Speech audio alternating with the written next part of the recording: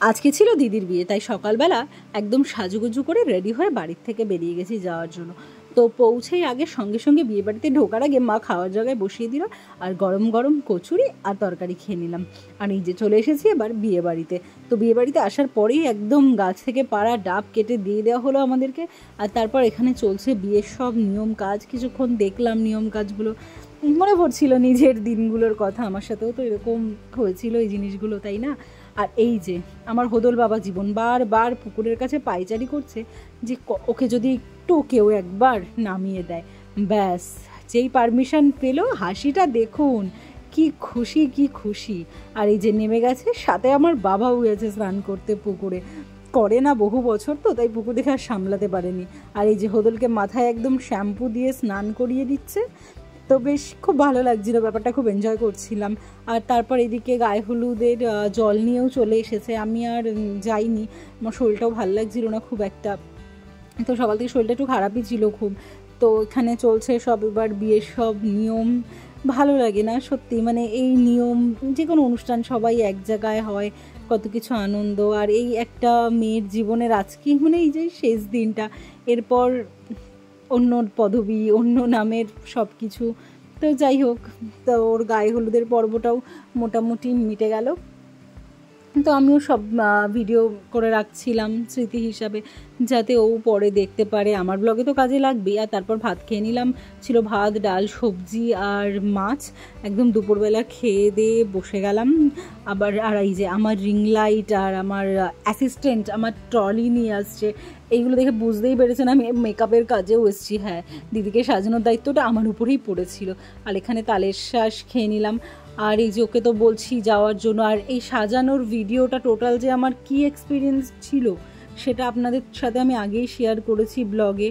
মানে এরকম এক্সপিরিয়েন্স ভগবান মানে কারো যেন না হয় সাজাতে গিয়ে। তো যাই হোক, তারপর বিয়েবাড়িতে লোকজন চলে আসছে এই মুহূর্তে, তখন আমি সবে সাজিয়ে ওকে ওই টপ প্যান্ট পরেই ঘুরে বেড়াচ্ছি। আর এদিকে বর চলে এসছে, বাপরে বাপ এত ভিড় ছিল ওই জায়গাটায়, আমি আর ঢোকার কোনো চান্সই নিইনি। তো ফিরে এসে চিকেন পকোড়া নিয়ে পকোড়া খেয়ে নিলাম, আর তারপরে চট করে রেডি হয়ে গেলাম। আর এখানে এই যে হোদল বাবা জীবনের টেক কেয়ার করছিল এক হোদল, তার হোদলের। তো অ্যাকচুয়ালি সুমন ওকে ছোটোবেলায় হোদল ডাকতো, তো সে আর ও সুমনকে হোদল ডাকে, সেই থেকেই হোদল নামটা চলে এসছে। আর মা আবার আমাকে একটু ফুচকা এনে দিল।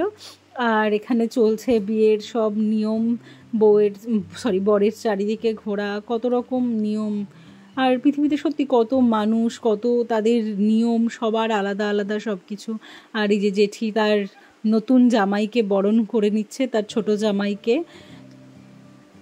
আর তারপর এই যে চলে এসেছে আমাদের ব্রাইড।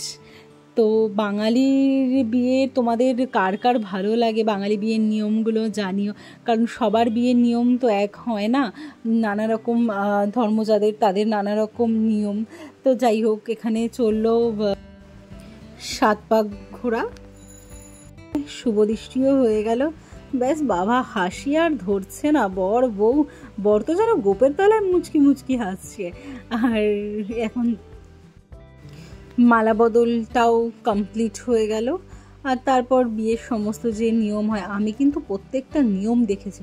ন্যাচারালি আমি বিয়ে বাড়িতে এসে বসে দেখি না নিয়মগুলো এখন আর, কারণ আর অত ধৈর্য নেই নিজের একবার এক্সপিরিয়েন্স করার পর। আর এই যে কার্ড বেঁধে দিল একদম জন্মান্তরের।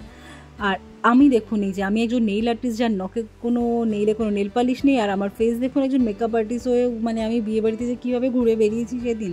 প্রথম কথা আমার শরীর ভালো না, তার উপরে যে মেকআপ নিয়ে আমার সাথে যে সারাটা দিন হয়েছে, ওকে মেকআপ করতে গিয়ে আমার যা দশা। তো ব্যাস সব মিলিয়ে আর নিজের সাজার কোনো এনার্জিটুকুই ছিল না, তাই ওইভাবেই ঘুরে বেরিয়েছি। তো যাই হোক, বিয়ে ঠিয়ে কমপ্লিট হওয়ার পর আমরাও খেতে বসে গেলাম, দিদি জামাইবাবুরা সবাই। তারপর বর বউ খেয়ে নিল, আর দেন তারপর আমরা বাড়ি চলে আসলাম। টাটা ফ্রেন্ডস, দেখা হচ্ছে পরে।